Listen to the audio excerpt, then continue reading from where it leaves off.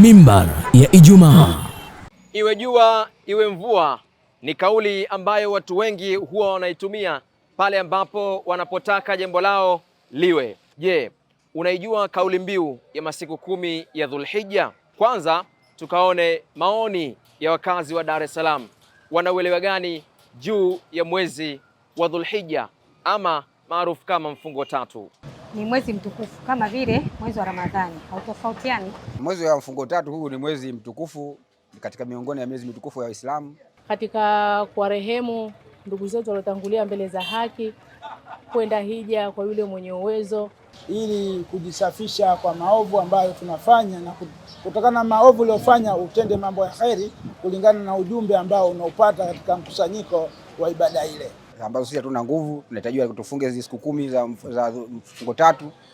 Kwa hiyo una faida kubwa sana, na mwenye uwezo anachinja. Yaani tuchinje mnyama ambaye kondoo aliyokomaa au mbuzi aliyokomaa, kwa sababu unapochinja Allah anakufanya wepesi ukitoa sadaka. Kwanza ndio mwezi wa mwisho katika miezi ya Kiislamu, miezi ambayo yani mtu ndio kufanya mambo ya heri. Wapo ambao wanaamua kufunga mwezi wote, wapo ambao wanaamua kufunga siku 10, wapo ambao wanafunga mpaka siku 1. Alafu baada hizi funga ndio kuna ibada pia ya kuchinja. Tutafungamana na saumu ya Arafa.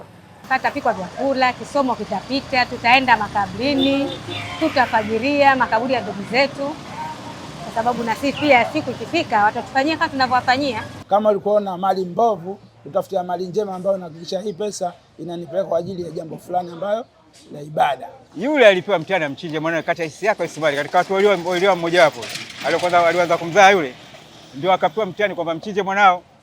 Ibrahim akamvesha kitambaa cheupe kwamba danger kama unavyo rangi hii, akachukua jambia. Sasa unataka kuchinja, Jibril kashamchukua kondoo, anambia Ibrahim, anakuja naye kondoo.